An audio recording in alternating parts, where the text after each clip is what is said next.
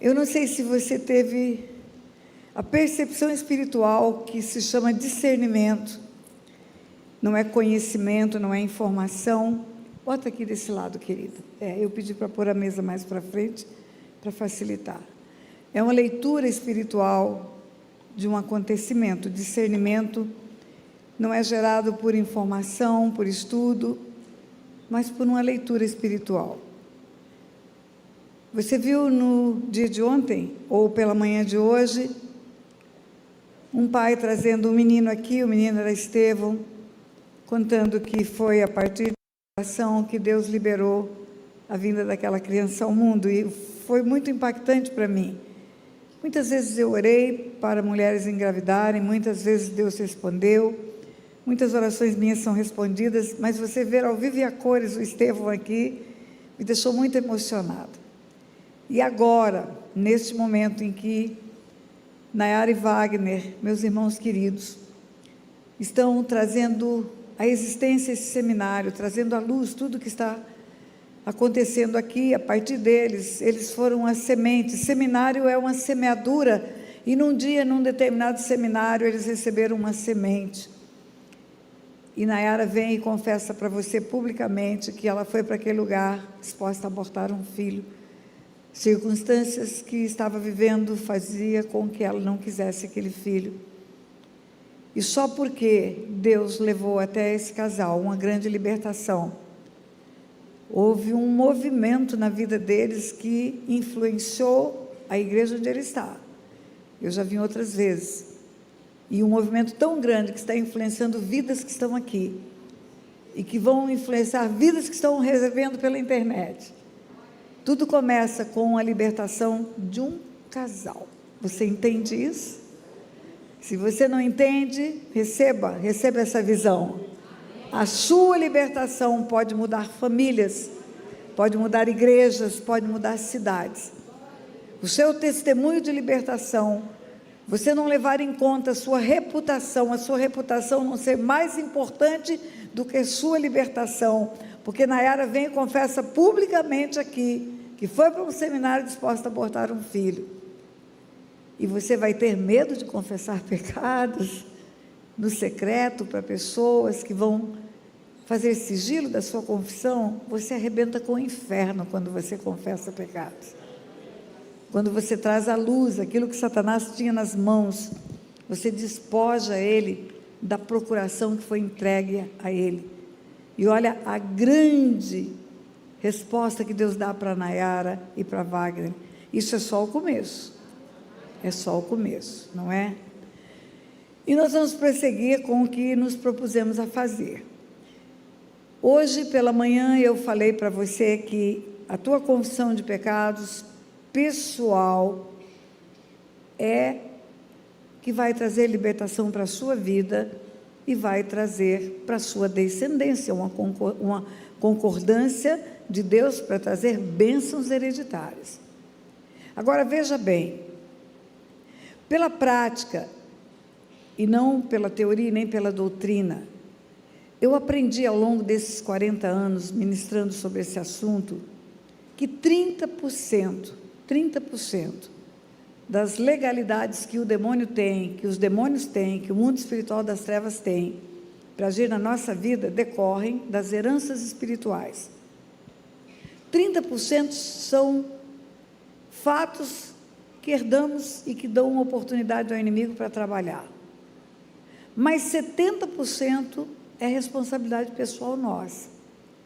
70% daquilo que vem para matar, roubar e destruir é escolha minha. 30% vem dos meus pais, avós, bisavós, tataravós, e 30% você tem que canalizar para os dois, 15% pai, 15% mãe. Então, você hoje confessou o seu pecado, tratou aqui com um líder espiritual, desligou do mundo espiritual das trevas, você limpou a genética do seu filho, a genética espiritual, em 15%. Se foi a esposa que fez, o marido precisa fazer também, para os outros 30% serem resolvidos, zerar a herança espiritual. Se for a esposa precisa fazer. você vai levar para o seu cônjuge o conhecimento do que você veio aqui. Se ele não veio, vai ficar gravado, a igreja tem um link, senta com ele na sala, vamos assistir juntos outra vez, e leva o teu esposo, a tua esposa, o teu cônjuge a compreender que juntos vocês deixam uma genética espiritual. Do jeito que um filho nosso tem DNA pai, DNA mãe, óvulo e espermatozoide, tem uma herança também de pai e de mãe. E precisa tratar isso para zerar as heranças espirituais malignas e ficarmos só com as bênçãos geracionais. 70% é sua responsabilidade e 70% resolve confessando pecados, desligando no mundo espiritual. E se você fizer todo esse trabalho direitinho, queridos, o resultado é sobrenatural. Eu não estou falando de coisas que eu não estou experimentando há 40 anos, não é? E agora eu quero dar um enfoque para heranças espirituais, porque já falei de responsabilidade ontem à noite, hoje de manhã, e agora vamos tratar só de heranças. No tempo de Covid, que todos nós vivemos no mundo, é fácil falar de sintomas. Respiração difícil, falta de paladar, falta de olfato, sintoma de Covid, mas não é o Covid. Covid é um vírus. Covid é um vírus que só é detectado por um microscópio de alta resolução, que ataca o sistema imunológico. Mas ele resulta em sintomas. As maldições são assim. As maldições são ações de Deus, juízo de Deus, pelo descumprimento da palavra, e tem sintomas que são detectados na nossa vida. E como eu descobri isso? Na nossa vida, na vida do pastor Otto, havia um sintoma de maldição. Todos os primogênitos morreram prematuramente. Família de crente, o Otto é o 9º filho de 10. A mãe dele converteu-se com 15 anos. Quando ele nasceu, ela tinha 45, 30 anos de vida cristã de verdade. E todos os filhos homens morreram prematuramente. Quando você for para o meu site, eu desafio você a ir para ouvir com profundidade e com detalhes o que eu estou te ensinando. Fazer um SILC, já está a inscrição do SILC liberada a partir de hoje. De manhã ainda não estava, mas no decorrer do dia articulamos com o rapaz que cuida do site, já foi liberada, você já pode se inscrever para o SILC de outubro. Lá no SILC você vai entender com muita profundidade, mas eu quero lhe ensinar basicamente o que era. Nossos meninos morriam prematuramente. Primeiro filho da dona Guiomar, mãe do Otto, primeiro neto da dona Guiomar, homem, e foi assim até o nosso filho. Ontem eu falei que duro foi escutar teu filho estar morto. E todas as instruções que eu tinha, não dava resposta. Eu disse a você que eu fui ao meu Pai Celestial, por que que o meu bebê morreu? Na linguagem crentez, tem aquele chavão que os irmãos falam, Deus deu, Deus levou, louvado seja o Senhor, Deus é perfeito, sua vontade é boa, perfeita e agradável. Mas nada daquilo justificava para mim, porque Deus é bom o tempo todo. Deus não dá filhos para sepultar. Na ordem natural é filho que sepulta pai, não é pai que sepulta filho. Até eu fui para a palavra. Tem morte de bebê na Bíblia? Tem bebê morrendo na Bíblia? Tem. Duas hipóteses. Martirização, Herodes mata os meninos, Faraó mata os meninos, morrem meninos no campo missionário, nas guerras, são mártires. E a segunda hipótese, maldição. Maldição mata bebê na Bíblia? Sim, Deus me levou à história de Davi, que eu falei para você hoje de manhã. Por que morre o menino de Davi? Porque Deus mata o menino de Davi, para cumprir uma lei, visitar a iniquidade dos pais nos filhos. Derramamento de sangue resultou na morte do menino de Davi. Então, acendeu uma luz na minha cabeça.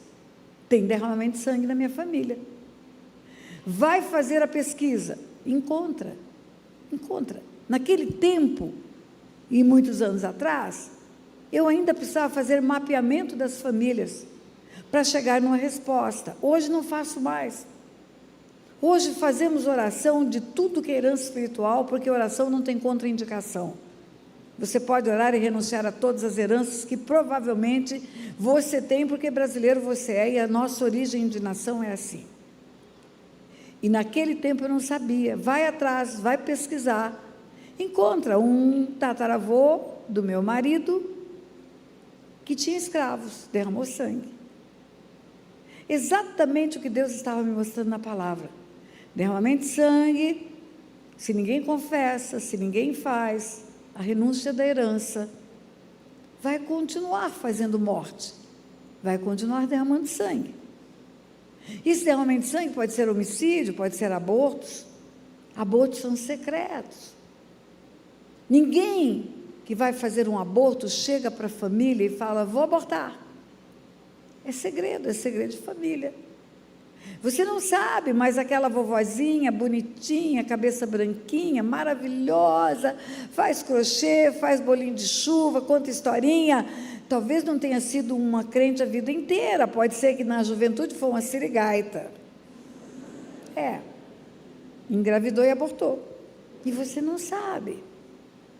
Ela não chegou em casa e falou, vou abortar. Ninguém faz isso.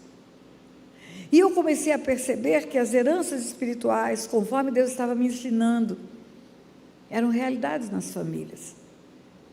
Eu não falei para você a história de Abraão, mas se você for para o meu site, você vai ver. Abraão entrega a sua mulher para o Egito. A sua mulher fica na casa de Faraó como mulher de Faraó, está escrito isso na Bíblia. Não foi serviçal de Faraó, não foi copeira de Faraó, foi mulher de Faraó. Porque quando o Faraó devolve ela para Abraão, fala, por que você me disse que ela era tua irmã? E não me disse que ela era tua mulher, por isso eu a tomei para ser minha mulher. O Faraó fala isso para Abraão. Do mesmo jeito que o profeta Natã, quando vai ao aposento de Davi, e fala para Davi, porque você matou a Urias e tomou a sua mulher para ser tua mulher. Está escrito lá no livro de Gênesis, Abraão entregou a sua esposa para ser mulher de Faraó. E você vai ver que o começo da promessa de Deus, o começo da conversa de Deus com Abraão é só bênção, é só bênção, é só bênção. Sai da tua terra, da tua parentela para a terra que eu vou te mostrar, vou fazer uma grande nação, em você serão benditas todas as famílias da terra, bênção, bênção, bênção. Mas depois que Abraão entrega sua mulher para Faraó, está em Gênesis capítulo 12, a história toda, e a mulher fica na casa de Faraó muitos anos, foi tempo de Abraão ficar muito rico. Na Bíblia não tem a palavra milionário, mas muito rico é milionário na Bíblia. Na Bíblia fala que o homem tem bens, que o homem é rico e que o homem é muito rico, e muito rico é milionário. Abraão, quando chega no Egito, tinha bens. Quando ele sai do Egito, ele é muito rico, ele fica milionário, enquanto sua mulher estava na cama de Faraó. Faraó que devolve ela. Não é Abraão que chega e fala, me devolve a minha mulher, agora eu vou embora. Faraó devolve porque Deus puniu a casa de Abraão. Está escrito, Deus puniu a casa de Faraó, com grandes pragas. Porque a mulher de um outro homem estava com ele. E quando o Faraó viu a sua casa punida, e não é o Egito, é a casa, é a família. Faraó tinha um harém, muitas mulheres, e todas elas tinham filhos. Naquela cultura, uma mulher tem 11 filhos, 10 filhos. E a casa de Faraó, a família de Faraó foi assolada por praga. E ele manda consultar, certamente, manda consultar os feiticeiros dele, consultar os deuses dele, e os deuses dele devem ter dito, sabe por que a tua casa está com pragas? Porque você tem uma mulher que tem marido que está dormindo com você. E por isso Faraó devolve Saraí para Abraão. Pega a tua mulher e vai embora. Depois que Abraão sai do Egito, depois que ele é expulso do Egito, com a sua mulher e com todos os bens que adquiriu para ficar milionário, enquanto enganava Faraó e usava a sua mulher, ele não consultou Deus. Você vai ver que depois que ele sai do Egito, aí ele foi ao lugar onde outrora estivera, onde outrora havia levantado um altar ao Senhor, e aí, só aí, voltou a conversar com Deus durante todo o tempo do Egito. Quanto tempo? Não sei. Mas um pecuarista, e aqui deve ter algum, sabe que para ficar muito rico com um rebanho, sem inseminação artificial, demora muito tempo. Você conversa com os pecuaristas, eles falam pelo menos 12 anos. Não sei quanto tempo Sarai ficou na casa de Faraó, mas foram muitos anos. Depois que Abraão vai embora, depois que sai do Egito, depois que volta a ter relacionamento com Deus, Deus retoma a conversa com Abraão. Aparece de novo Abraão, conversa com Abraão de novo. Abraão faz um sacrifício. Em Gênesis capítulo 5 diz que ele ouviu uma voz. E era a voz de Deus outra vez. E sabe o que Deus fala para ele? Sabe, com certeza, a sua posteridade será peregrina em terra alheia. E há de ficar escravo por 400 anos. Eu vou punir o povo que vai prender a sua descendência, mas ela tem que ficar presa por 400 anos. Sabe o que eu estou dizendo para você? Que o cativeiro do Egito, 400 anos, decorreu do pecado de Abraão. Ou, responsabilidade pessoal, Abraão. Herança, descendência. 400 anos são 4 gerações de 100 anos. Depois sairão com grandes riquezas, mas até lá, miséria, miséria, miséria, miséria. Qual foi o pecado de Abraão? Ganância. Pecado financeiro. Se dá bem com grana. Ficou muito rico, foi milionário. Enquanto a sua esposa estava na casa de Faraó. É tão doido isso, queridos. Quando você começa a ver na Bíblia os detalhes de heranças espirituais e ver a misericórdia de Deus apesar de tudo. Deus não desistiu da promessa. Entendeu a promessa. Retoma a promessa. Mas o preço tem que ser pago à lei. A lei é de Deus. Ele é o juiz, ele é o legislador.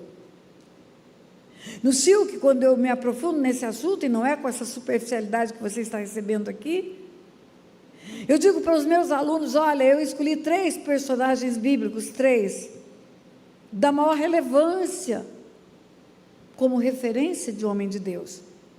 Eu escolhi Noé, homem justo e íntegro, no meio da sua geração, escolhido por Deus para fazer nova humanidade. Eu escolhi Abraão, amigo de Deus. Eu escolhi Davi, um homem segundo o coração de Deus. 3 líderes espirituais que têm nome de serem especiais para Deus.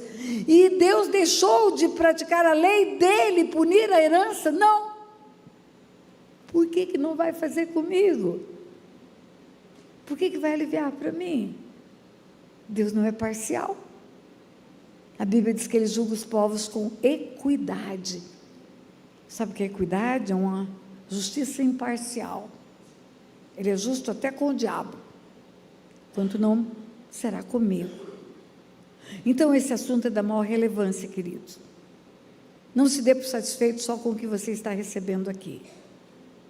Vamos lá, sintomas de herança. Quais sintomas da herança deixado por Davi? Promiscuidade e derramamento de sangue, porque o pecado praticado foi esse. Quais os sintomas de herança deixado por Noé? O filho de Noé fez o quê? O jovem Cã fez o quê? Desonra ao pai. Ainda não está escrito, os 10 mandamentos não estão escritos. Ainda não havia sido escrito, honra teu pai e tua mãe, para que se prolongue os dias na terra que teu Deus te dá e te vá bem. Mas o caráter de Deus sempre foi esse, desonra. Sempre teve status de 10 mandamentos. No mesmo lugar onde ele coloca, não matarás, não terás outros deuses, ele coloca, honra teu pai e tua mãe. Pecado de Cã, desonra ao pai Noé.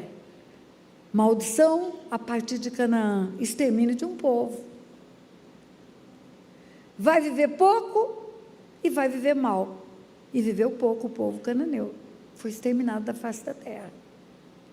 Desonra pai e mãe, você vai deixar uma herança de vida curta ou vida ruim. Você nunca vai ver uma herança de desonra aos pais, que o povo tenha longevidade, morre cedo todo mundo. Ou ainda que viva muito, vai viver mal, vai viver uma vida miserável até o fim dos dias. Por quê? Porque é a maldição que Deus estabeleceu na própria palavra dele, a lei dele. Ele é o juiz. E Abraão, qual foi o pecado? Financeiro, ganância, se dá bem. Quando ele combina com Saraí, ainda em Canaã, antes de fugir para o Egito, ele fala para ela: você lê lá, não faça isso agora, olha para mim, depois você lê. Você é formosa, os egípcios quando te virem vão te querer.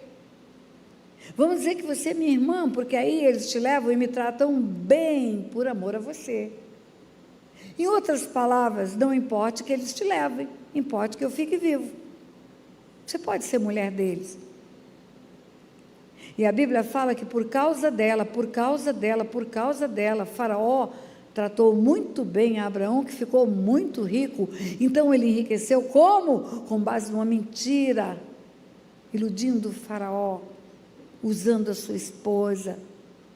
Qual a herança espiritual que o povo dele tem? 4 gerações? Miséria. O pecado é financeiro, a herança, necessidade financeira, pobreza. Eram escravos, não tinham nada para viver. Escravos não têm nada, nem salário. E esses são sintomas de herança. Herança de vício. Meu bisavô, eu estou falando do meu bisavô. Meu bisavô era um homem muito rico. Ele não era adepto da escravidão, ele tinha dinheiro para comprar escravos, sim. Diferente do que aconteceu com a família do Otto. Mas o que ele fez? Ele comprou fazendas na beira da fronteira com o Paraguai, porque ele descobriu que se ele construísse uma estrutura de trabalho, onde ele permitisse que os empregados bebessem nos finais de semana, os próprios empregados plantam cana, os próprios empregados fazem o alambique, os próprios empregados fazem a cachaça é vendida no armazém da fazenda. No fim do mês tinha tanta cachaça vendida que não ia ter salário, só ia ter empregado que trabalhasse segunda a sexta pela cachaça do fim da semana. A dívida no armazém de comida e de cachaça era o salário. Mas a Bíblia diz: digno é o trabalhador do seu salário. E o meu avô ficou muito rico, chegou a ter 5 fazendas com empregados que permitia que eles bebessem a bebida que eles mesmos produziam, alambique, cachaça, cana-de-açúcar. Qual foi o legado que deixou para a família? Drogas, vícios de toda a natureza. Quem conhece a minha história sabe que a minha mãe se drogava. Drogas, docinhos e abuso sexual é o título da minha biografia. O mesmo homem que vendia drogas para minha mãe foi o mesmo homem que abusou sexualmente e que me cevou desde os 5 aos 9 anos com docinhos para ganhar a minha confiança. Droga, droga, droga. Avô morre com cirrose hepática, bêbado, tinha que acordar e tomar um copo de cachaça, porque senão tremia o dia inteiro. Minha mãe tinha que se drogar, noite e dia, usando drogas, dormindo numa cama. Meu irmão enlouqueceu pelo uso de LSD, aqui em Brasília, nesta cidade. Meu irmão veio para essa cidade, ele tinha 16 anos de idade, super inteligente. Meus pais tiveram que emancipá-lo para ele poder vir para cá, porque ele passou em arquitetura na UNB e em sociologia em uma outra universidade de Brasília. Aos 16 anos ele era aluno de arquitetura, aluno de sociologia e dava aula de violão no conservatório em Brasília. Mega inteligente. E usando LSD nessa cidade, ele enlouqueceu. Passou 5 anos internado em um hospital psiquiátrico. Nunca mais foi a mesma pessoa. Por quê? Herança espiritual de vício. Gerou na descendência uma dependência química, porque os demônios trabalham em castas. Eles são como atletas especializados em um determinado jogo. Demônios se especializam em promiscuidade, demônios se especializam em vícios, demônios se especializam em violência, demônios se especializam em derramamento de sangue. E vai repetindo isso em famílias, geração após geração. Quando você olha para as famílias e faz um mapeamento, você vai ver isso. O pessoal que vem de seguro de vida sabe disso. Não existe uma genética biológica para repetidas enfermidades numa família, mas existe uma genética espiritual. Quando o agente seguro vai fazer entrevista, ele pergunta de determinadas enfermidades numa família. E se tem vários índices daquela enfermidade, acende uma luz e o seguro fica mais caro. Porque se repetem essas enfermidades. Doenças graves, enfermidades graves, acidentes frequentes, mortes prematuras, indícios de derramamento de sangue numa família. Assim foi na minha. E as heranças espirituais têm sintomas que são semelhantes ao que foi plantado. A raiz de iniquidade que brota vai trazer uma árvore igual à árvore mãe, a principal árvore. Mas ao longo do tempo, queridos, eu fui encontrando coisas que eu não tinha explicação. Eu não estou falando de 40 dias, nem de 40 meses trabalhando com famílias. Eu estou falando mais de 40 anos. Eu fui identificando algumas situações familiares que eram repetitivas numa família, eram sinais repetitivos, mas que eu não conseguia identificar que tipo de herança, a que tipo de herança se referia.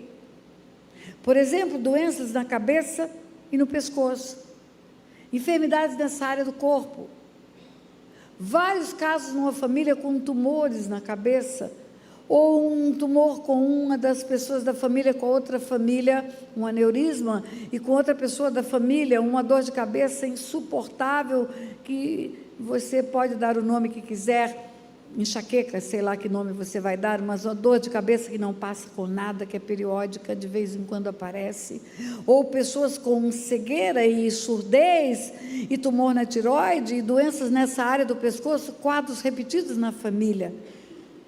Mas não apenas doenças físicas, mas doenças mentais, porque o cérebro, a parte neurológica também está aqui, e quadros repetitivos de loucura. Tem 3 doidos na família, 3 malucos, mas tem um que é doido, que é maluco, e tem outro que um é esquizofrênico, e o outro tem Alzheimer, e o outro tem transtorno obsessivo compulsivo, e o outro tem autismo, e o outro tem mal de Parkinson. São doenças que estão no quadro neurológico, também é cabeça e pescoço.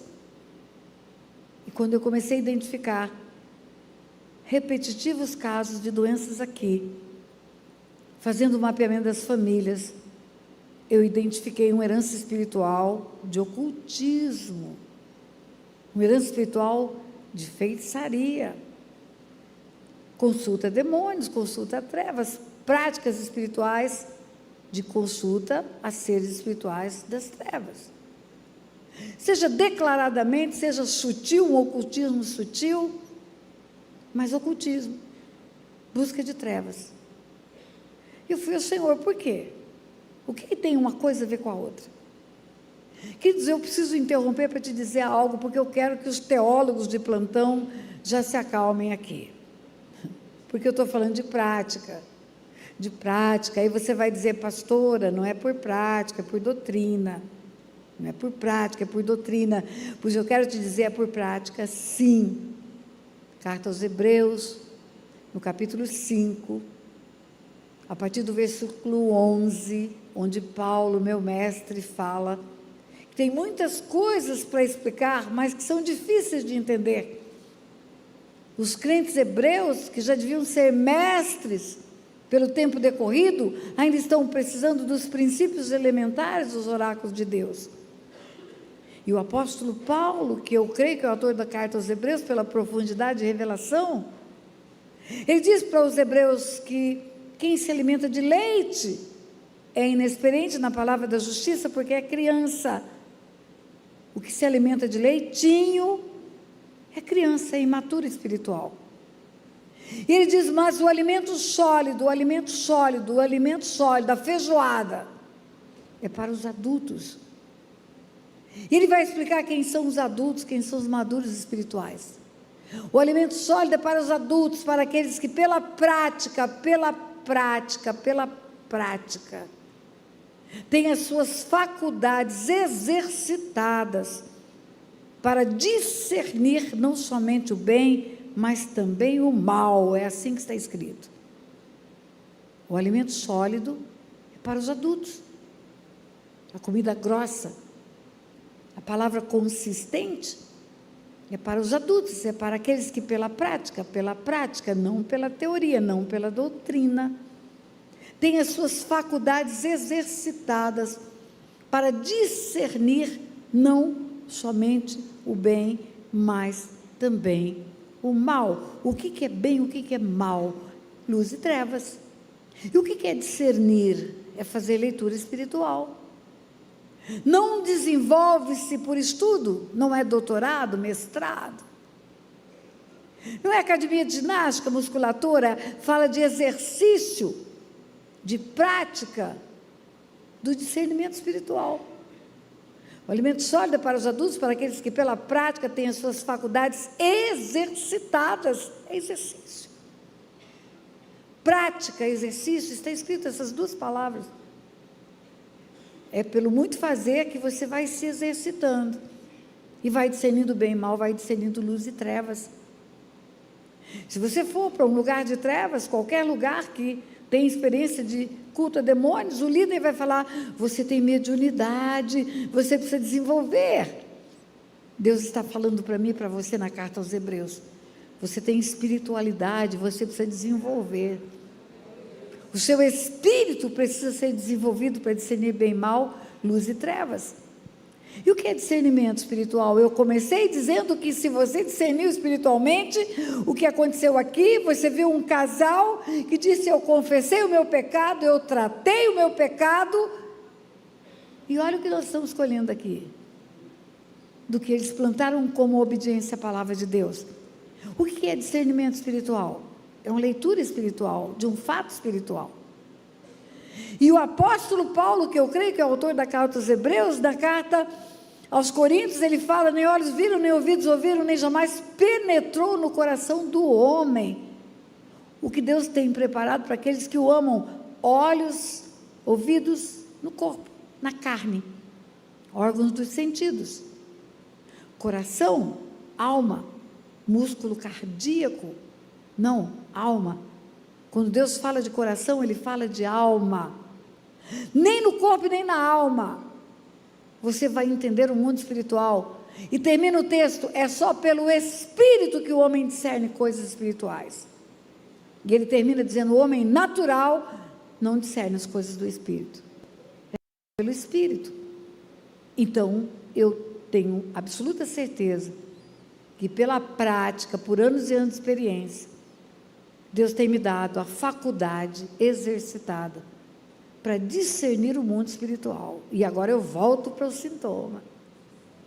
Pela prática, atendendo pessoas, anos e anos e anos, Deus me deu a graça de discernir espiritualmente que herança espiritual de ocultismo é doença nessa parte do corpo.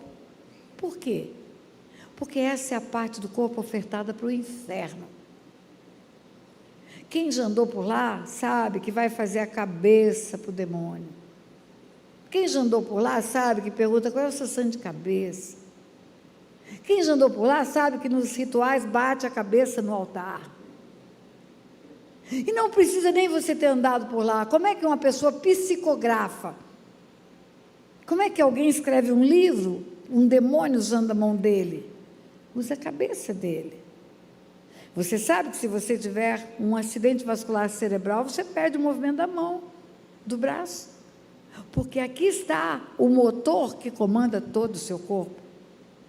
Ontem eu falei, hoje de manhã, não sei, do Van Clerc, que o médico corta um nervo do tamanho de um fio de cabelo, da espessura de um fio de cabelo.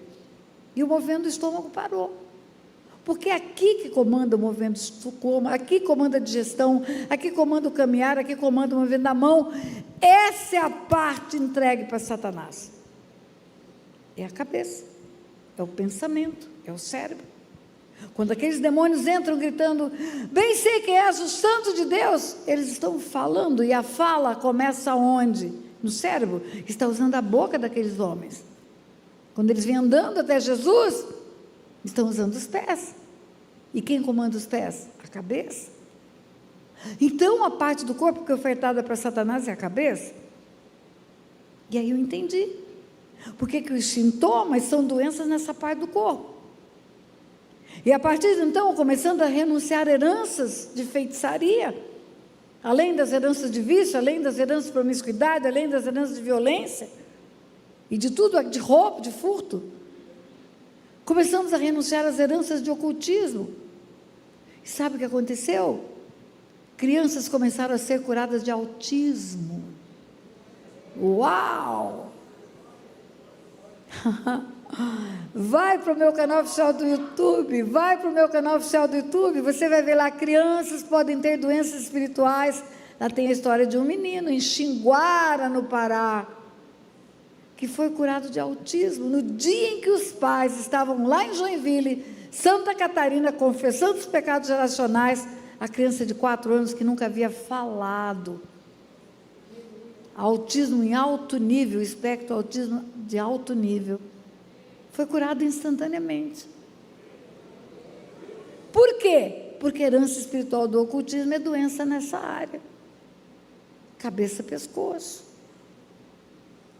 Outra maldição que gera um sintoma diferenciado, que pela prática, Deus começou a me ensinar, mas não só pela prática, pela palavra, Deus começou a me mostrar, a idolatria. A idolatria, queridos, traz uma herança terrível para os descendentes.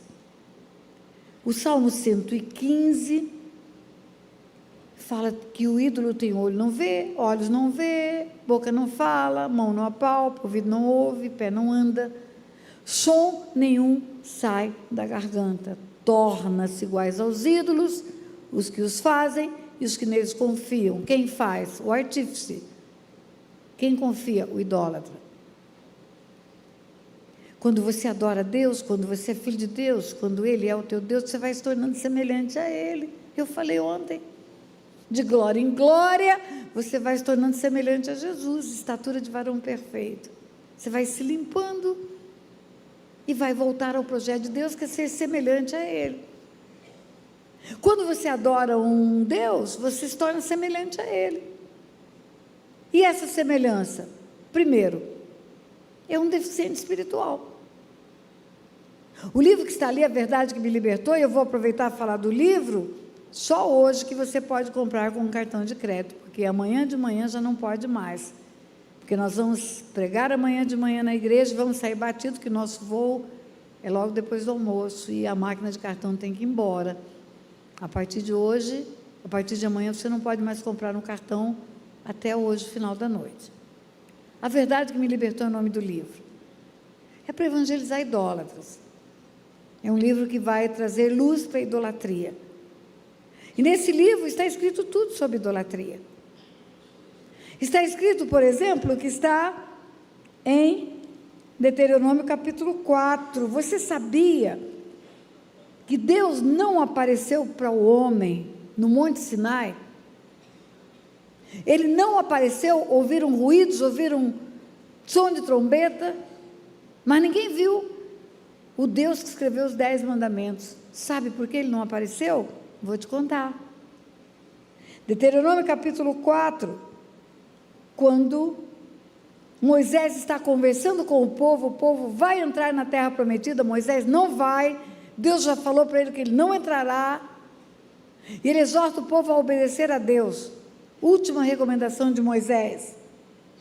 E Moisés fala assim, Deuteronômio 4, a partir do versículo 10, não te esqueças do dia em que estivesse perante o Senhor teu Deus em Horebe, quando o Senhor me disse, reúne este povo, e eu os farei ouvir as minhas palavras, a fim de que aprenda a temer-me todos os dias que na terra viver, e as ensinarás a seus filhos.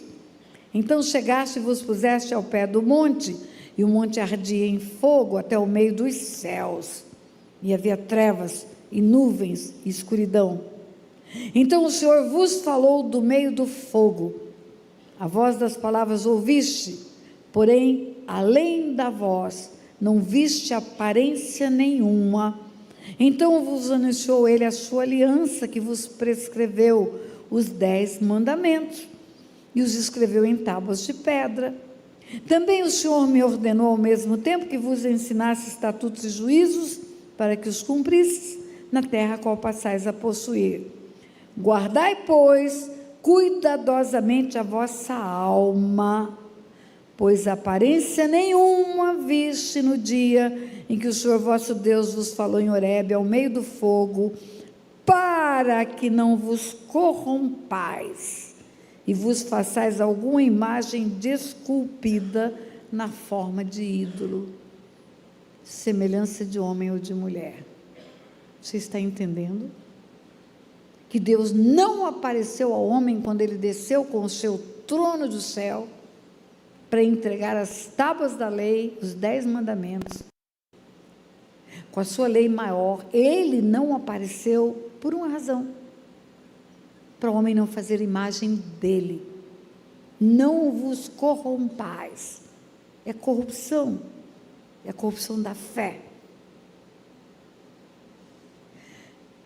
A Bíblia de Gênesis ao Apocalipse combate a idolatria.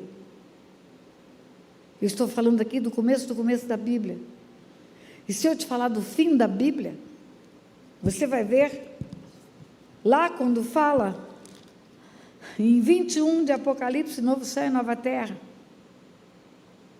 Vi novo céu, nova terra, o primeiro céu e a primeira terra passaram, o mar não existe. Vi também a cidade santa, a nova Jerusalém, que descia do céu, da parte de Deus, ataviada como noiva, adornada para ser esposo. Então ouvi grande voz vinda do trono, dizendo: eis o tabernáculo de Deus com os homens, Deus habitará com eles, eles serão um povo de Deus, e Deus mesmo estará com eles, e lhes enxugará dos olhos toda lágrima, a morte já não existirá, já não haverá luto, nem pranto, nem dor, porque as primeiras coisas já passaram. E aquele que está sentado no trono disse: eis que faço nova todas as coisas. E acrescentou: escreve, porque essas palavras são fiéis e verdadeiras. Disse-me ainda: tudo está feito. Eu sou o alfa e o ômega, o princípio e o fim. Eu, a quem tem sede, darei de graça da fonte da água da vida. O vencedor herdará todas essas coisas. Eu lhe serei Deus e ele me será filho. Quanto, porém, aos covardes, aos incrédulos, aos abomináveis, aos assassinos, aos impuros, aos feiticeiros, aos idólatras e a todos os mentirosos, a parte que lhes cabe será no lago que arde com fogo e enxofre, a saber, a segunda morte. A idolatria é uma abominação tão grande a Deus, é uma afronta tão grande a Deus, que na sua lei maior, nos 10 mandamentos, o primeiro deles é: não farás para ti imagem de escultura, não as adorarás, não lhes darás culto. Quando eu era criança e vivia na idolatria, quando eu era adolescente, vivia na idolatria, eu acreditava que o primeiro mandamento era o que estava no livrinho que me deram quando eu fiz a primeira comunhão. E naquele livrinho, o primeiro mandamento era: amarás o Senhor teu Deus sobre todas as coisas. Que lindo!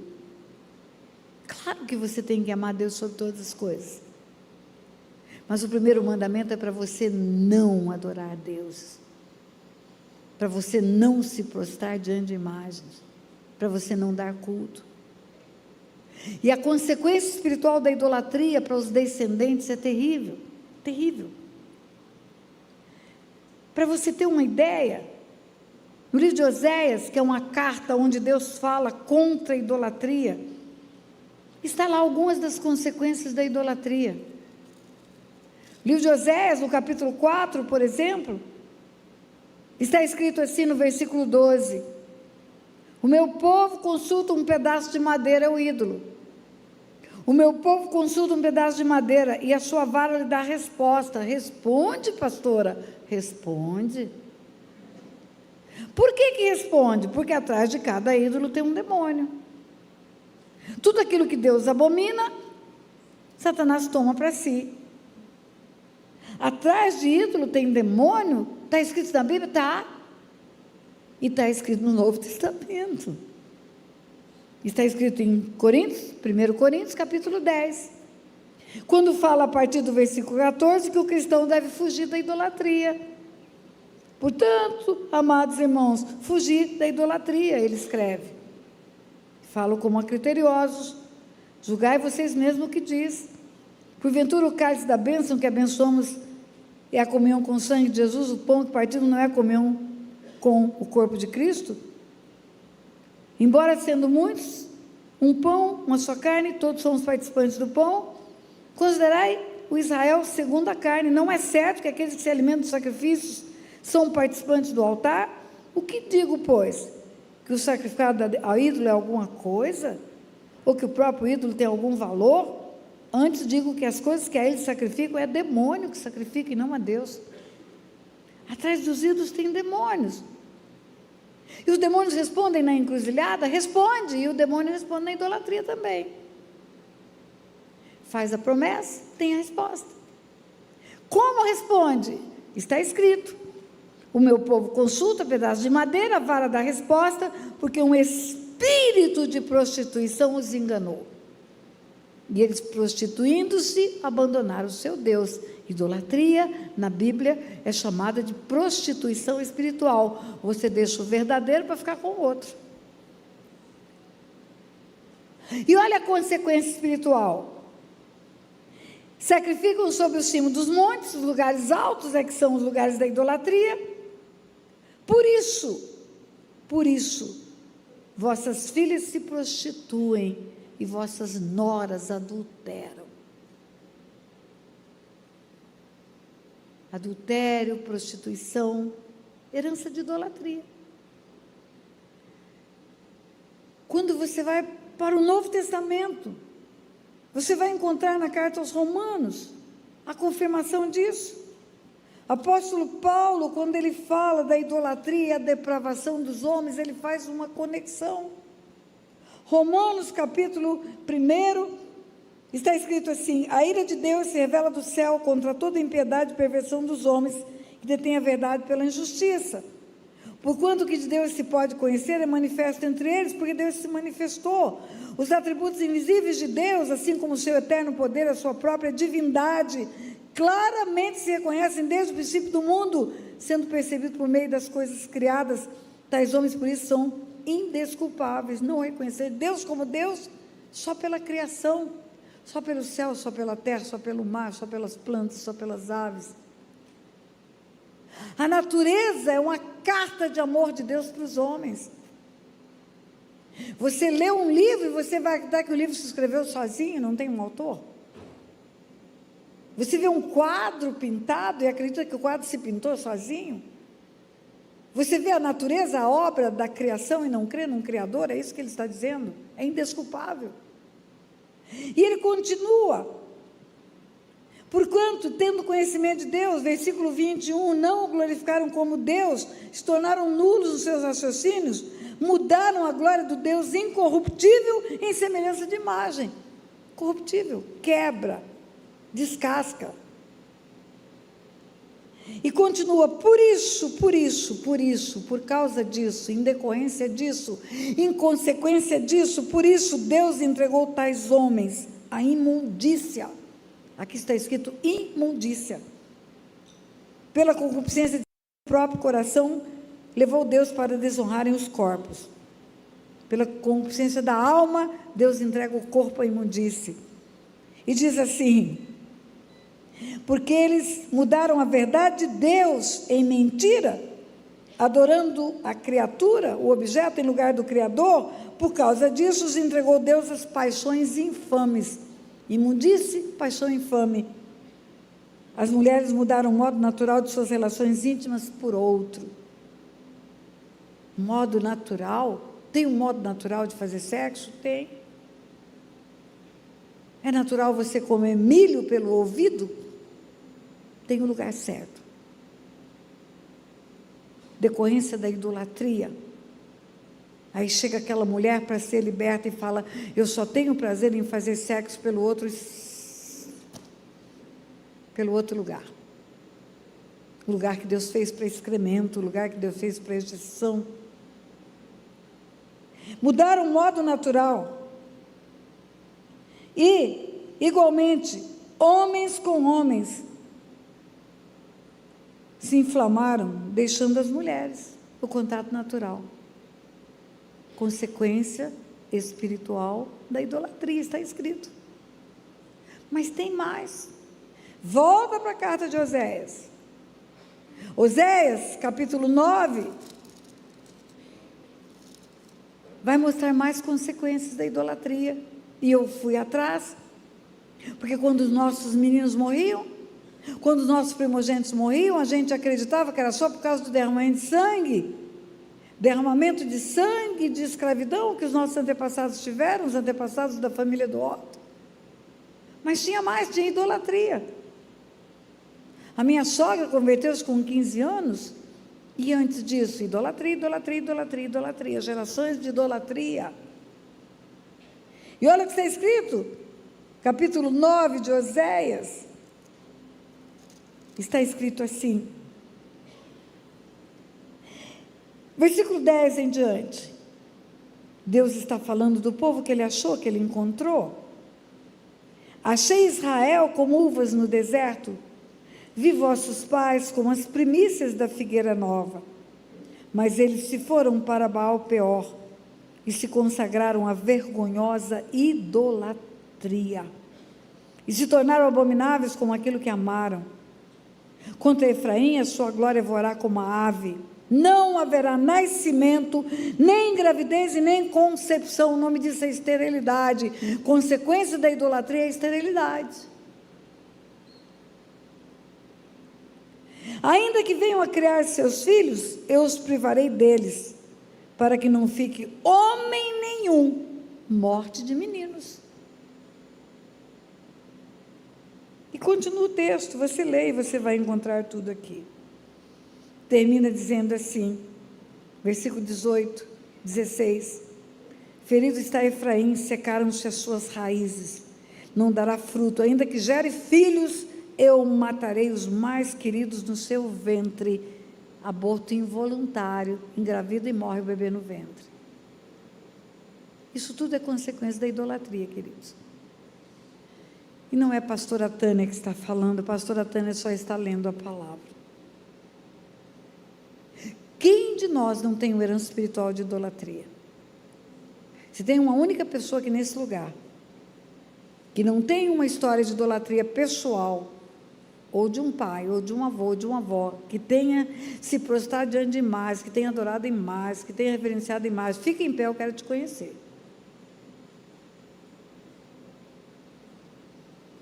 Todos nós temos. Todos nós temos herança espiritual de derramamento de sangue. Todos nós, pastora, todos nós. Quando eu era criança, eu estudava na Decoreba. Subia numa goiabeira e repetia os livros de história que me davam para estudar, para tirar boa nota na prova. E eu estudava e tinha um tal do navio dos degredados. Quem foram os primeiros habitantes do Brasil? Os degredados. Vieram de navios, os degredados foram os primeiros habitantes do Brasil. Tirava nota boa, só responder os degredados tirava nota boa. E o que eram os degredados? Eu lá sabia. Eu só fui saber o que era degredado quando eu estava estudando para juíza, concurso para juíza. Fui para uma biblioteca excelente no Rio de Janeiro, biblioteca do Banco do Brasil, fiz pesquisas e descobri que os livros de Código Penal de Espanha e de Portugal, que traziam as penas pelas condenações dos criminosos em Portugal e Espanha, as penas mais duras era degredo para o Brasil. Porque aquela terrinha chamada Brasil, que acabou de ser descoberto, virou colônia penal. O bandido é bandidão, nós não queremos mais nem em Portugal nem em Espanha, vamos mandar para o Brasil, colônia penal. Quem são os degradados? Os que vieram para fazer o povoamento do Brasil. E quem são? Os nossos antepassados. Estupradores, serial killer. Então, a idolatria, juntinho com essa perversão toda, são as nossas raízes. E o ocultismo também. Porque os índios sempre praticaram a pagelança, consulta demônios. E os índios também derramam sangue. Você escuta falar que os índios são exterminados porque o branco vai lá, passa gripe, passa vírus, nada disso. Porque tem uma prática indígena de morte de crianças. Se você entrar no Google e botar infanticídio indígena, você vai descobrir que em muitas situações eles sepultam vivos os seus bebês. Se nascem gêmeos, um tem que sepultar, senão vai trazer maldição para a aldeia. Se engravida a mocinha que não tem marido, ela tem que parir no meio da floresta, fazer um buraco, ficar de cócoras, terminou o parto, ela tem que cobrir a criança viva ainda com terra. Se falta um dedo, nasce com qualquer deformidade física, tem que sepultar vivo para não trazer azar. E qual a consequência disso? Suicídio. Tem uma aldeia no meio do Amazonas que os índios estão na rede, descansando, escutam uma voz na floresta chamando. O espírito da floresta chama. Quando ele se levanta da rede, caminha em direção à floresta, todo mundo já sabe que ele vai se matar. Tem um determinado cipó venenoso, que ele entra lá e mastiga o cipó e já morre por lá. O nome disso é suicídio. Infanticídio, suicídio. Sangue derramado, renovando o pacto com trevas, com espíritos de morte. Por isso o extermínio. Pela graça e pela misericórdia de Deus, quando eu estive em Porto Seguro, no ano passado, fazendo uma conferência, e eu desafio você para o YouTube ver essa conferência. Porto Seguro é o útero da nação brasileira e é o útero da idolatria. Lá em Porto Seguro, Deus me deu a graça de consagrar um discípulo índio, que hoje é pastor, que está fazendo um trabalho fabuloso de libertação no meio dos índios.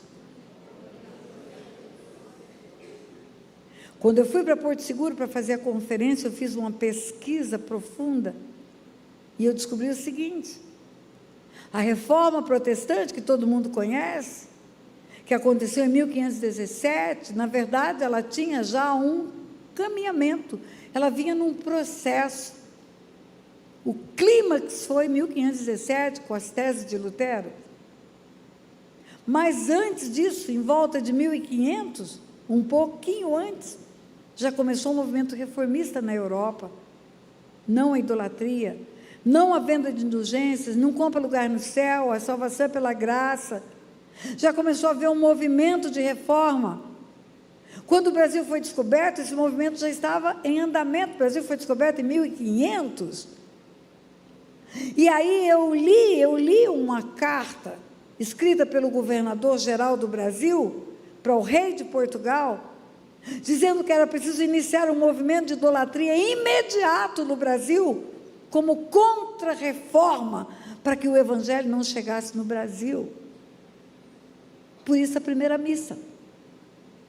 Por isso os índios, coitados dos índios, ter que rezar uma missa em latim, eles não sabiam nem o português, mas tinham que repetir o latim. É a nossa história, é o nosso berço. Você sabe o que mais a idolatria fez no Brasil? Eu desafio você a pesquisar. Tem um artigo, né? Isto é Dinheiro, está no Google, vai lá, hoje tem um livro escrito, mas o dia que eu comecei a pregar não tinha. O livro foi escrito a partir da minha pregação. O artigo chama de Recife a Manhattan, isto é Dinheiro, Google de Recife a Manhattan. Por que de Recife a Manhattan? O dia que fez 150 anos da expulsão dos holandeses do Brasil, foi escrito esse artigo. Esse artigo conta que Recife era para Manhattan em riqueza, em prosperidade, o que Manhattan é para Recife hoje. A riqueza que está nos Estados Unidos estava em Recife.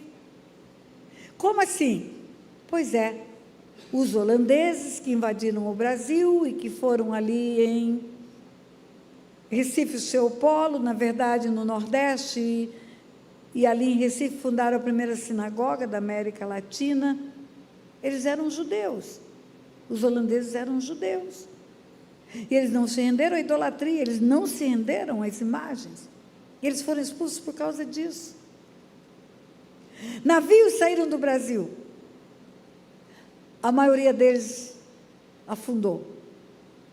Outros foram atacados por piratas caribenhos. Um navio, um único navio, com 23 holandeses judeus, chegou num porto final, Newark, Nova Arca, Nova Aliança. O americano faz um contract form para falar, ele fala Newark, mas é Newark, é Nova Arca. Desembarca lá, os holandeses judeus expulsos do Brasil são recebidos por uma nação que os acolhe. E a bênção de Deus que estava programada para o Brasil é expulsa. Porque a promessa de Deus é imutável, irrevogável. Abençoarei os que te abençoarem, e amaldiçoarei os que te amaldiçoarem. Promessa para Abraão. O Brasil, ou melhor, a idolatria do Brasil expulsa a bênção que Deus mandou para cá. E agora? E agora o Wall Street, Bolsa de Valores, riqueza dos Estados Unidos, deveria estar aqui. E agora? E agora brasileiros formados em cursos superiores que não encontram emprego aqui, vão para os Estados Unidos, entram pelo México, fazem de tudo para ganharem dinheiro, limpando casa de judeu. A idolatria fez isso. E todos nós temos essa herança, de havermos expulsado a bênção dessa terra. Agora, queridos, graças a Deus, a misericórdia de Deus é maior do que o nosso pecado. Graças a Deus, aonde abundou o pecado, superabunda a graça. Graças a Deus tem solução. E qual é a solução? A solução é confessar pecados geracionais. O meu pecado pessoal eu confesso para ficar livre da morte. E o pecado geracional eu confesso para ficar livre da herança. E é preciso confessar. Daniel estava num cativeiro fazia 70 anos. Quando você lê o livro de Daniel, a história de Daniel confessando pecados geracionais começa assim, capítulo 9: no primeiro ano de Dario, filho de Assuero, da linhagem dos Medos, o qual foi constituído rei sobre o reino dos caldeus, no primeiro ano do seu reinado, eu, Daniel, entendi pelos livros que o número de anos que falara o Senhor ao profeta Jeremias, que havia de durar as assolações de Jerusalém, era de 70 anos. Voltei o rosto ao Senhor para buscar oração, súplica, jejum, pão de saco e cinza. Orei ao Senhor meu Deus e confessei. Por que começa dizendo assim, no primeiro ano de Dario, filho de Assuero, da linhagem dos Medos? Porque Deus está querendo dizer para mim e para você que Daniel era um adolescente, foi para o cativeiro da Babilônia, ficou preso durante todo o governo de Nabucodonosor, depois sucessor de Nabucodonosor, Assuero. Daniel continua preso, sucessor de Assuero, agora o filho de Assuero, que é Dario, e Daniel continua preso, mesmo sendo santo e separado. Por quê? Porque ele estava ali por uma herança espiritual. Quando você vai ver a confissão dele, ele confessa: eu e a casa do meu pai pecamos contra o Senhor. Por isso as maldições que estão escritas no livro da lei vieram sobre nós. Agora, ele leu o livro do profeta Jeremias, que o cativeiro deveria durar 70 anos. Ele não leu só esse versículo, ele leu todo o livro de Jeremias e ele entendeu. Ele leu o capítulo 1 de Jeremias, onde Jeremias falou para o povo 70 anos atrás: olha, assim diz o Senhor, eu introduzi vocês numa terra fértil que mana leite e mel, e ao invés de vocês me adorarem, vocês foram atrás de ídolos, coisa de nenhum proveito. Por causa disso, está escrito no livro de Jeremias: eu ainda pleitearei convosco e até com os filhos dos vossos filhos eu pleitearei. Epa, Daniel falou: filho de filho? Eu sou neto. 70 anos já é a geração do neto. Quando você tem 70 anos, você já tem neto. Então é por isso que eu estou no cativeiro até hoje. Porque os meus pais se foram para a idolatria. Daniel leu o livro de Jeremias, no capítulo 16, a partir do versículo 10, onde Deus manda um recado para o povo pela boca de Jeremias: olha, vai acabar o tempo da alegria, havia tempo de dor. Havia um adágio em Israel: o tempo do noivo, o tempo da noiva, é tempo de festa, vai acabar esse tempo. E aí Jeremias, Deus falando 70 anos antes, quando o povo perguntar por que Deus está bravo, por que Deus está nos ameaçando com todo esse grande mal? Profeta, você vai dizer para o povo: porque os vossos pais me deixaram, foram atrás de ídolos, coisa de nenhum proveito. Daniel entendeu. Então é por isso que eu estou preso. E Daniel certamente foi para o livro da lei, Levítico. Como resolver isso? Confessar pecado. Confessar pecados. E você vai ler o capítulo 9 de Daniel, é confissão de pecados dele e dos antepassados. Mas pastor, a responsabilidade não é pessoal, por que eu tenho que confessar pecado de antepassado? Para reconhecer a herança. Você vai confessar para reconhecer a herança. Você vai confessar que o pecado dele resultou na herança para você. E aí sim você tem direito a renunciar à herança. Você não vai fazer como o fariseu que eu mostrei para você, falando para Jesus: se tivéssemos vivido no dia do nosso Pai, não teríamos sido seus culpas, não temos nada com isso. Não, você não tem nada com o pecado, você tem a herança. Você não tem a responsabilidade pessoal, mas você é o herdeiro. E aí você tem sim consequência geracional. Porque está escrito no livro da lei: visitarei a iniquidade dos pais nos filhos, dos pais nos filhos. Se você é filho, o pecado de seu pai gerou uma herança para você. Mas pastor, eu não fiz nada. Eu sei. O homem é rico porque Deus abençoou e ele prosperou, e ele plantou uma rocinha de milho, e Deus deu a ele um fruto maravilhoso do plantio, e hoje ele é o maior exportador de grãos do Brasil. Ele tem 2 filhos safados, sem vergonha, maconheiro, baladeiro. E o homem ficou rico, fez um big de um patrimônio, e quando ele morre, ele deixa uma herança. E quem herda a herança? Os safados sem vergonha. Ou então o contrário, o cara é um corrupto, um político corrupto, safado, bandido, constrói um patrimônio fabuloso, e tem 2 filhos santos, meninos de Deus, e esse homem morre e deixa um patrimônio. Quem herda o patrimônio dele? Os filhos. Por quê? Porque está escrito na Bíblia: sois filhos, logo sois herdeiros. A herança não decorre de fazer ou deixar de fazer nada. A herança decorre da legitimidade de ser filho, só isso. Sois filhos, logo sois herdeiros. E a herança é sucessória. Ela vai para os outros. A minha herança vai para meus filhos. E como fazer para resolver isso? Quando eu falo que Deus me fez juíza para entender o mundo espiritual, como que você renuncia a uma herança material? Digamos que você e seu irmão, com herança patrimonial, e você não quer a sua parte, você quer abençoar o seu irmão. Você prosperou, você tem recursos, seu irmão nunca deu certo, ou seu irmão tem alguma doença que não dá para trabalhar, então eu vou abrir mão da minha parte, vou deixar para o meu irmão. Basta que você não vá pegar a herança? Não, não basta. Você precisa renunciar ao direito de herança. E essa renúncia é irrevogável, você não pode voltar atrás depois que renunciar. E como é que faz isso, pastora? Num tribunal. Existem ações num tribunal de jurisdição contenciosa, briga, lide, pretensão resistida, eu quero, o outro não quer, eu vou pedir para o juiz decidir. Isso é jurisdição contenciosa, mas tem jurisdição voluntária. É um pedido ao juiz. Eu quero que ele homologue alguma coisa para mim.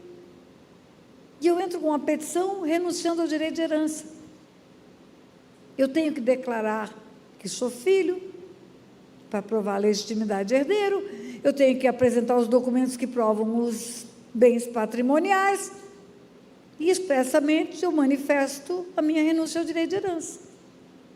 O juiz vai me chamar, vai querer me ouvir, querer ter certeza que eu não estou sendo pressionado, coagido, que eu estou no livre exercício da faculdade mental, e eu vou lá e falo, é isso mesmo, juiz, eu quero renunciar à herança, reconheço que ela existe, reconheço o patrimônio, reconheço os bens, reconheço o meu direito, mas eu quero abrir mão dele, e eu quero deixar isso determinadamente patenteado num processo.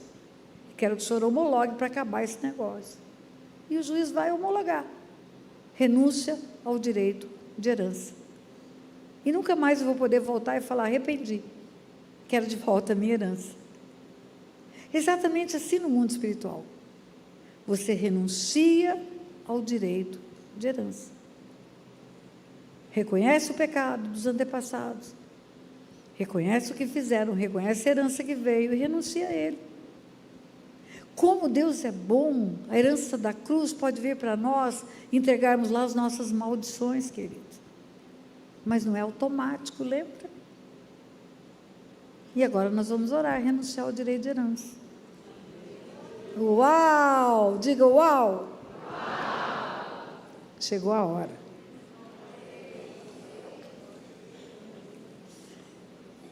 Nós vamos fazer da seguinte maneira, depois eu ainda tenho algo a dizer a você. Nós vamos ter uma outra coisa para ensinar. Eu vou fazer uma oração primeiro, essa oração chama oração de cobertura, eu dei esse nome, uma oração pedindo a Deus proteção. Porque os espíritos familiares que estão na nossa linhagem estão há muitos anos. Lembra de Jesus falando para aqueles fariseus, desde o sangue do justo Abel até o sangue de Zacarias vai vir sobre essa geração, porque ninguém antes daqueles homens confessaram pecados geracionais, e a raiz de iniquidade brotou geração pós geração, geração pós geração.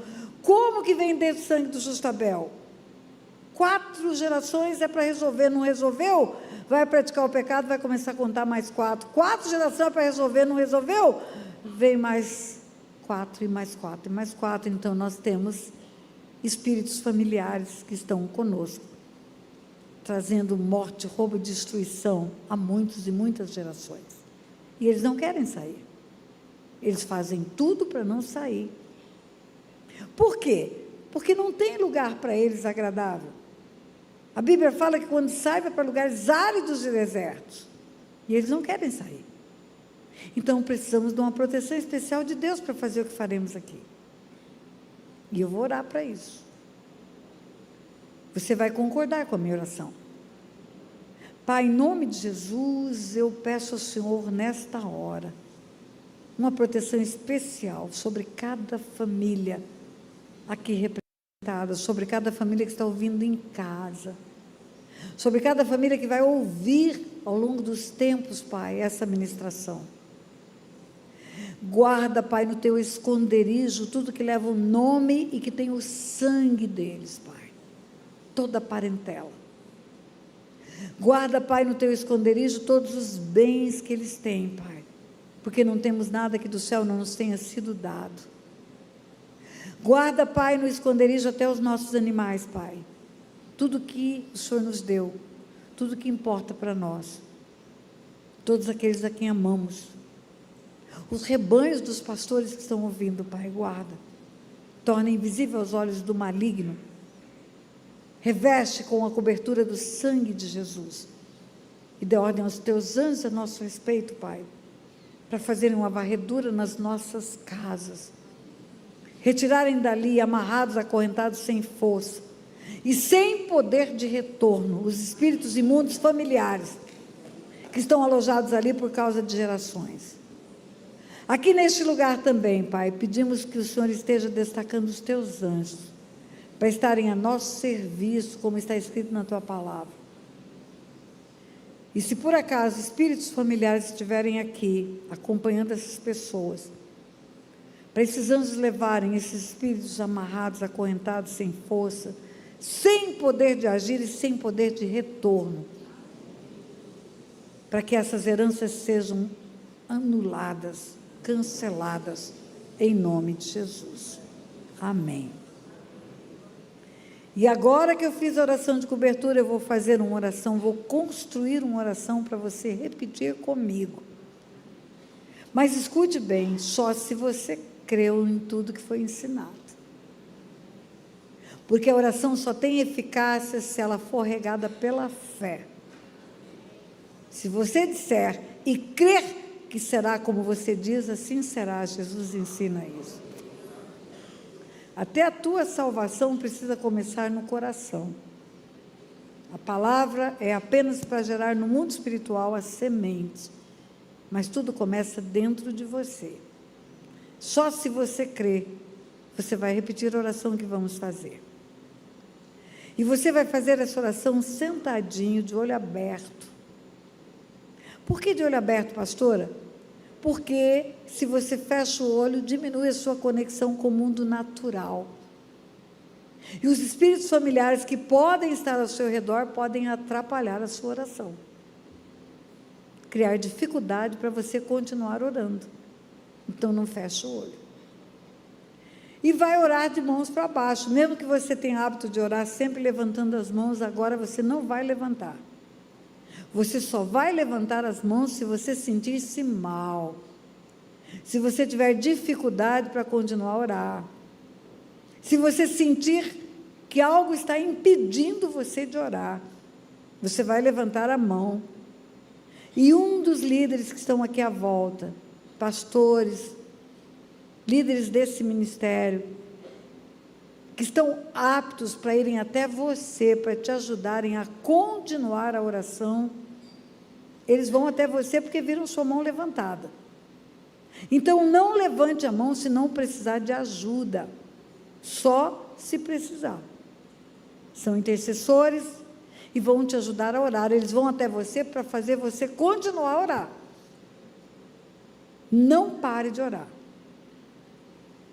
Pastora, e se eu for impedido totalmente, bloqueado, se o espírito familiar que está na minha família há muitos anos tiver possibilidade de interferir e mudar a minha voz, fica calmo, eles vão te ajudar. E quem está do teu lado, continue a orar, não se preocupe com você. Desde que os líderes desse ministério se preocupem. Você só precisa continuar a orar. E depois da oração que você vai fazer, aí eu vou fazer uma oração de concordância com a tua oração. Ligar na terra. Desligar as heranças malignas da sua vida e ligar a sua vida à herança da cruz. E aí nós terminamos. Aí eu vou te ensinar outra coisa. Então, de olho aberto, repetindo em voz audível. Diga comigo: Senhor meu Deus e meu Pai. Reconheço que os meus antepassados deixaram um legado de bênção pelo que de bom fizeram.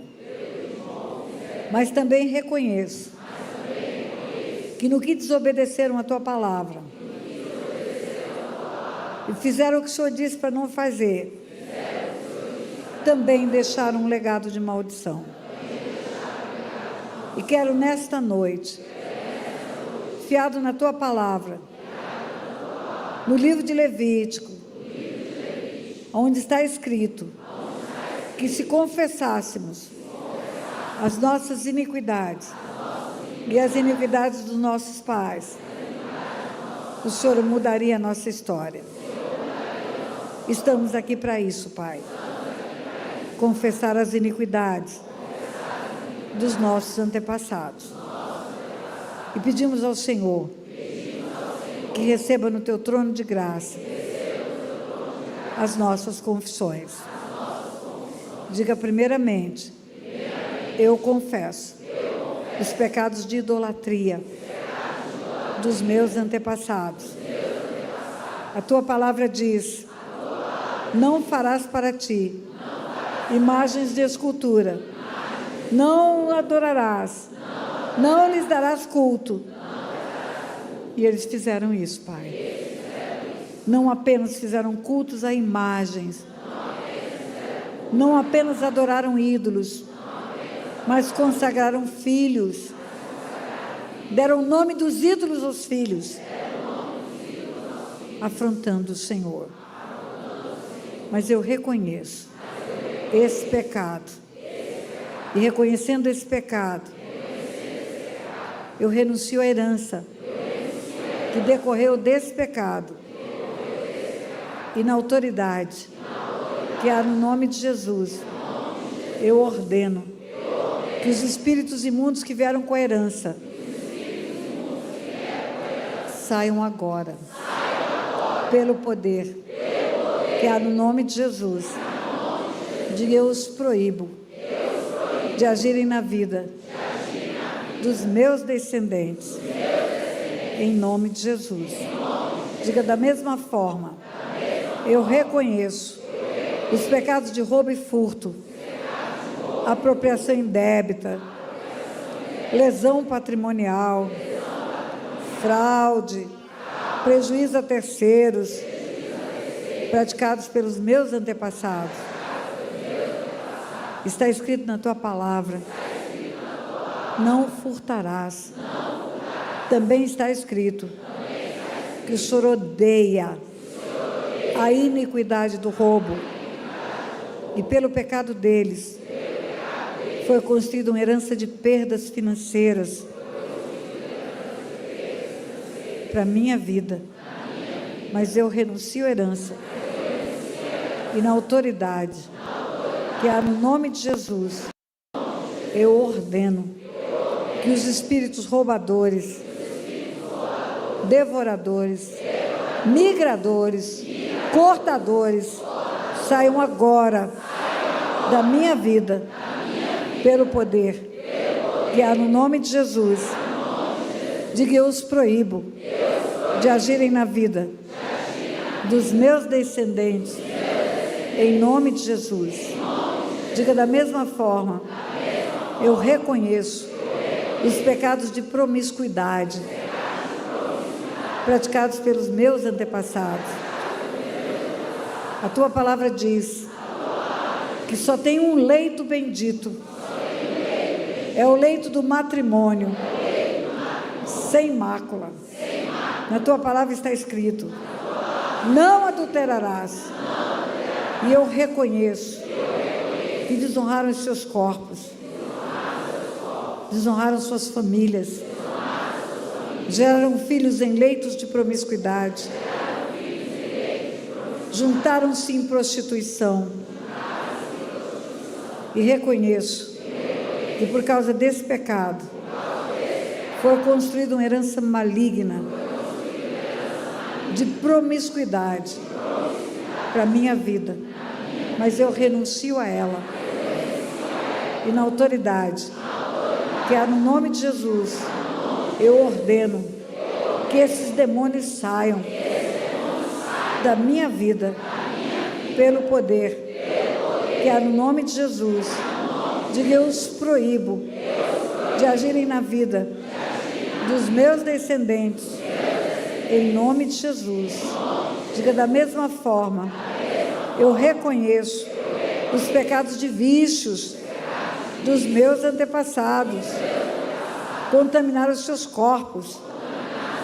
A tua palavra diz que não apenas a alma e o espírito, mas também o corpo tem que ser conservado íntegro e irrepreensível. Não obedecer ao Senhor, e por causa disso construir uma herança maligna de vícios para os descendentes. Renuncio a essa herança e na autoridade que há no nome de Jesus, ordeno que os espíritos de vício saiam agora da minha vida, pelo poder que há no nome de Jesus. Diga: eu os proíbo de agirem na vida dos meus descendentes, em nome de Jesus. Diga: da mesma forma, eu reconheço os pecados de derramamento de sangue praticados pelos meus antepassados, homicídios, abortos, violência doméstica, maus tratos de escravos, e reconheço que por causa do sangue derramado, a herança maligna foi deixada para a minha vida. Renuncio a ela. E na autoridade que há no nome de Jesus, ordeno agora que os espíritos de morte que trazem doenças graves, acidentes, perdas de órgãos, saiam agora, pelo poder que há no nome de Jesus. Diga: eu os proíbo de agirem na vida dos meus descendentes, em nome de Jesus. Diga: da mesma forma, eu renuncio aos pecados de ocultismo praticados pelos meus antepassados. O Senhor disse na tua palavra que não deveria haver no meio do teu povo quem consultasse feiticeiros, necromantes e tudo aquilo que é contato com espíritos imundos. Mas eles fizeram isso, cultuaram demônios, fizeram oferendas, fizeram pedidos, e por causa disso, eu reconheço que uma herança maligna de enfermidades na cabeça e no pescoço foi liberada para a minha vida. Mas eu renuncio a ela. E na autoridade que há no nome de Jesus, ordeno que esses espíritos imundos saiam agora da minha vida, pelo poder que há no nome de Jesus. Diga: eu os proíbo de agirem na vida dos meus descendentes, em nome de Jesus. Amém. Agora eu vou orar. Pai, eu concordo com essas confissões feitas pelos teus filhos, dos pecados geracionais. Concordo também com a renúncia de herança que eles fizeram agora, decorrente dos pecados. Ligo na terra, Pai, a confissão que eles fizeram aqui com a chave do reino dos céus, que o Senhor deu para a igreja, dizendo que o que ligássemos na terra seria ligado no céu, e que desligássemos na terra, desligado seria no céu. Desligo a vida deles dessas heranças malignas. Declaro canceladas essas heranças. E em nome de Jesus, ligo a vida deles à herança da cruz, onde há vida e vida em abundância. O teu filho Jesus tornou-se maldito no nosso lugar, para que pudéssemos levar essas heranças para a cruz. Levamos agora, Pai. Levamos os nossos pecados um dia, levamos as nossas enfermidades quando adoecemos, e agora levamos as nossas heranças malignas para a cruz. E tomamos posse, Senhor, de tudo aquilo que Jesus conquistou na cruz para nós. Vida e vida abundante, em nome de Jesus.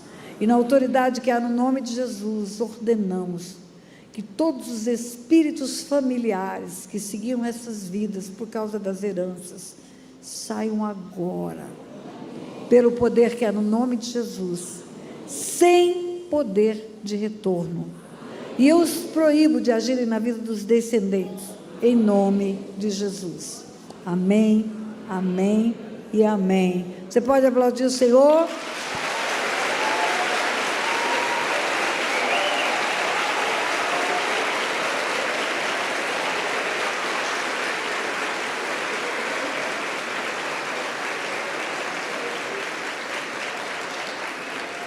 Mais um pouquinho só comigo, porque eu preciso lhe ensinar algo.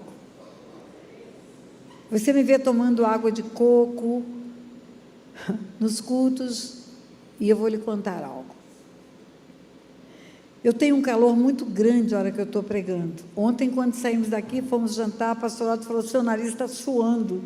Eu transpiro, porque eu sinto um fogo na hora que eu estou pregando, o Espírito Santo me aquece. E quem transpira tem perda de sódio e de potássio, e isso resulta em câimbras. E eu comecei a ter câimbra na batata da perna, porque pregando todo dia, em todos os lugares. E aí eu, estudando esse assunto de câimbras, o Senhor me leva a descobrir que a água de coco tem sódio e potássio. E que se eu prego e bebo água de coco, eu perco o sódio e potássio, mas eu reponho o sódio e potássio. E as câimbras desapareceram. E aí vem a indagação, mas a câimbra é aqui na batata da perna. E a água de coco entra aqui na minha boca? Como é que resolve isso? Não entra só na sua boca, entra em todas as células do seu corpo, o Senhor falou comigo. Uau, é verdade. Você só vê a água de coco entrar aqui, ó.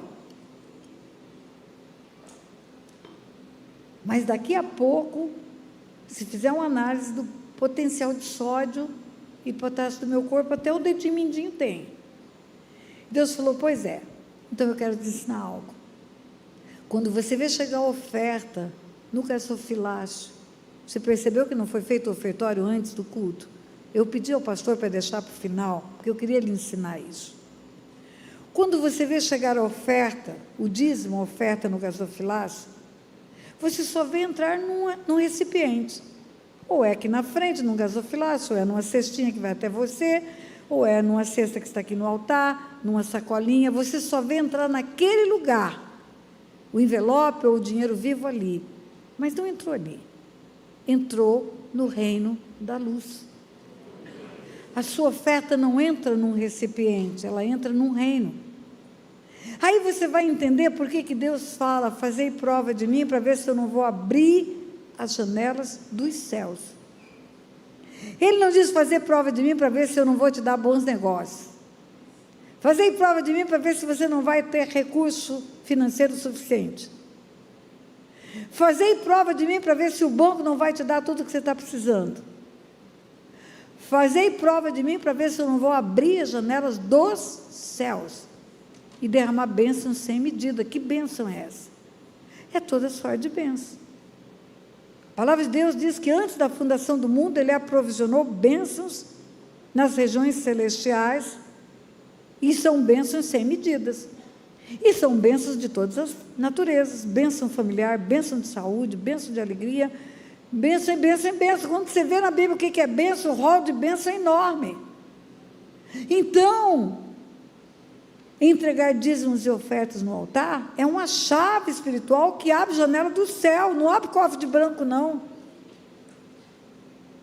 E eu falei, uau, como que eu nunca pensei nisso? Aí Deus falou, pois é, mas você é chamada por libertação, não é? Pois eu vou te ensinar mais. Quando você entrega recursos financeiros na mão do inimigo, você só vê a mão da prostituta recebendo o salário da prostituição, você só vê o cara da biqueira da droga recebendo o dinheiro da cocaína, você só vê o cara do bar recebendo o dinheiro do uísque, ou o cara da mesa de jogo recebendo o dinheiro das fichas, ou a mulher da clínica de aborto recebendo o dinheiro para matar o seu filho. Você não botou na mão dessas pessoas, você entregou no império das trevas.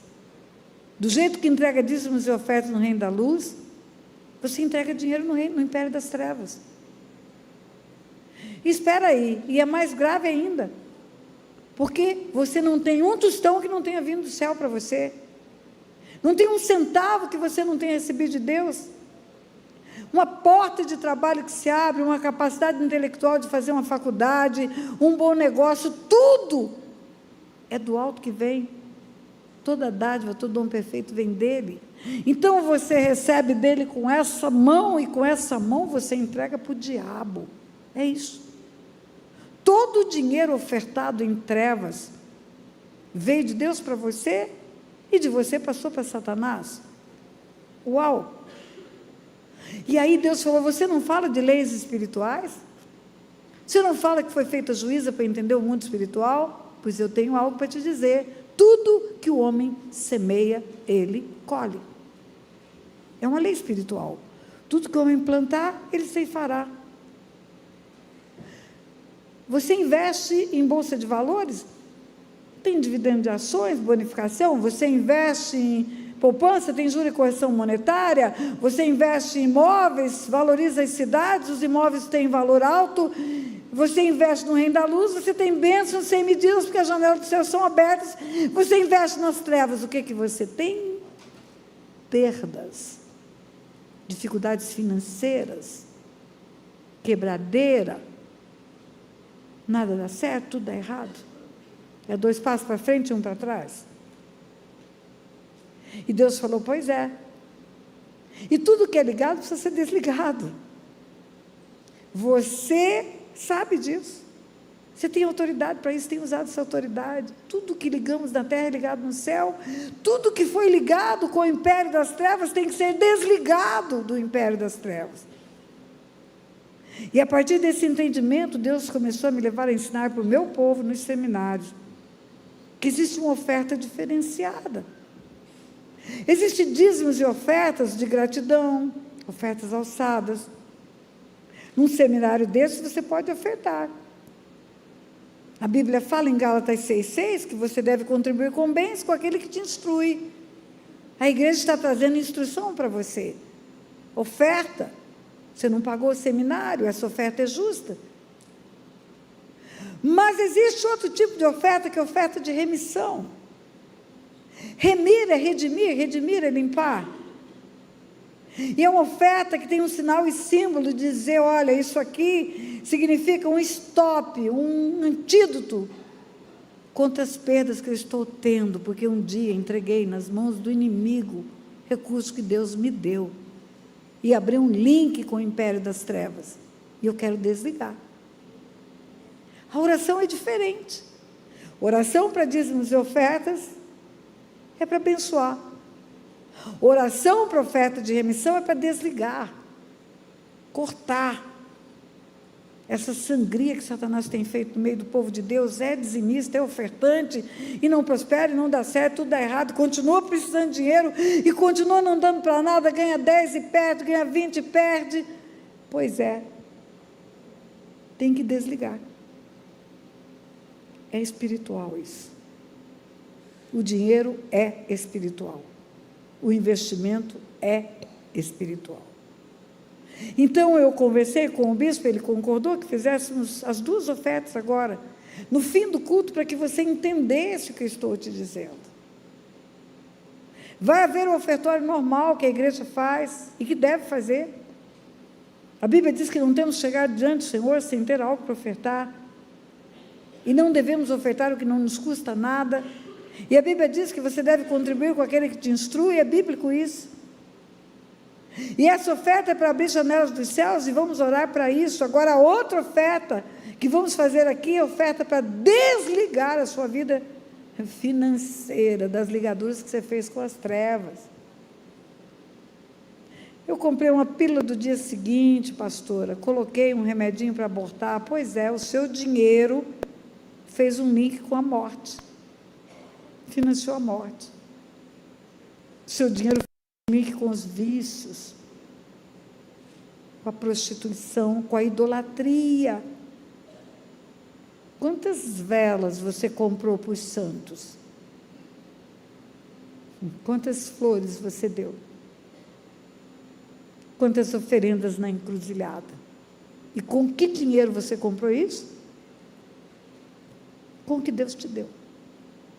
Com esse Deus que diz, não adorarás, não farás culto. Com esse Deus que diz, fugir da idolatria. Isso deu legalidade ao império das trevas para tocar no que é seu.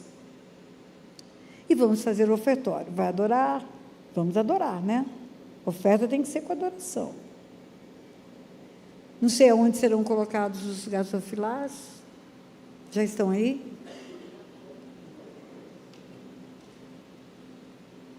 Nós vamos fazer uma diferença.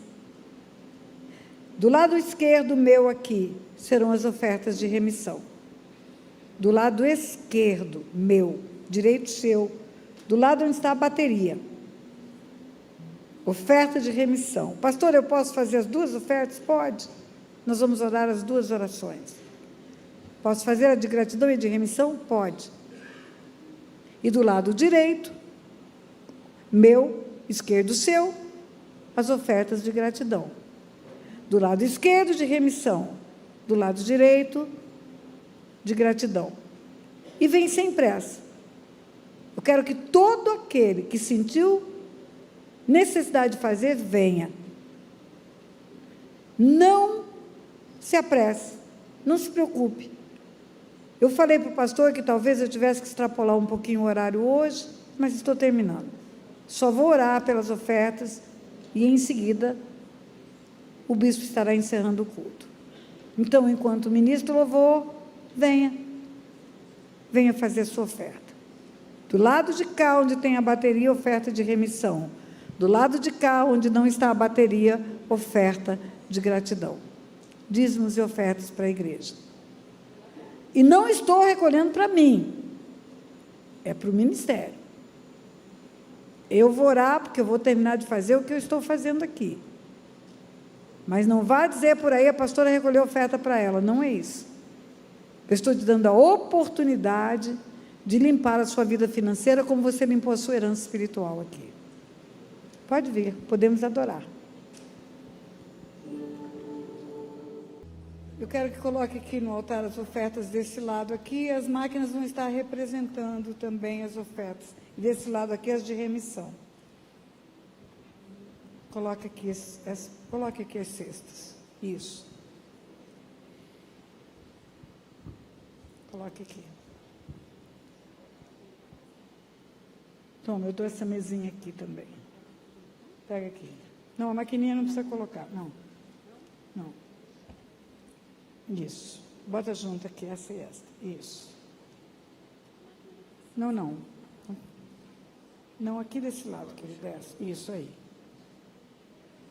Aqui estão as ofertas e os dízimos, ofertas voluntárias, ofertas de gratidão, ofertas de amor, daqueles que reconhecem que o ministério está abençoando a vida de vocês. E vamos fazer essa oração. Pai, eu sei que quando trazemos dízimos e ofertas no altar, nós estamos, de fato, provando a Tua fidelidade.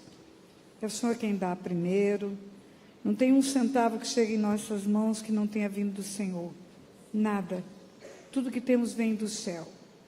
Nossa capacidade, nossa força de trabalho, porta aberta para trabalhar. Até a nossa vida é dom do Senhor. E só porque o Senhor tem nos abençoado, nós temos o que trazer. É parte daquilo que o Senhor nos dá. Então, Pai, primeiro de tudo eu quero agradecer a Tua fidelidade com o Teu povo, que aqui se reuniu e trouxe ao altar. Obrigada, Pai, porque o Senhor tem sido o provedor deles. E agora, Pai, eu quero lembrar que na Tua palavra está escrito que aqueles que trouxessem dízimos e ofertas ao altar faria jus a uma promessa do Senhor. O Senhor disse: fazei prova de mim, para ver se eu não vou abrir as janelas dos céus e derramar bênçãos sem medidas. O Senhor promete uma recompensa, Pai. Eu peço ao Senhor que assim seja. Que o Senhor recompense o Teu povo, porque eles obedecem a Tua palavra. E na obediência sempre o Senhor tem uma recompensa. Abre as janelas dos céus, Pai. Não apenas cofre de banco, não apenas bom negócio, não apenas prosperidade financeira, mas toda sorte de bênçãos que estão aprovisionadas nas regiões celestiais. Libera sobre o Teu povo, Pai. Que esse povo seja abençoado na terra, Pai. Faça diferença onde estiver. Seja visível a bênção do Senhor através do que estão obedecendo aqui na vida deles. Em nome de Jesus. Pai, aqui estão as ofertas de remissão. O Teu povo compreendeu que no tempo da ignorância fez o que era mal perante o Senhor. Permitiu que chegasse nas mãos do inimigo recursos que o Senhor deu a eles, Pai, para abençoar a vida deles. Como disse há pouco, não tem nada que temos, Pai, que não venha do Senhor, nada. E recebendo do Senhor pelo Teu amor, pela Tua provisão, como um Deus que provê tudo.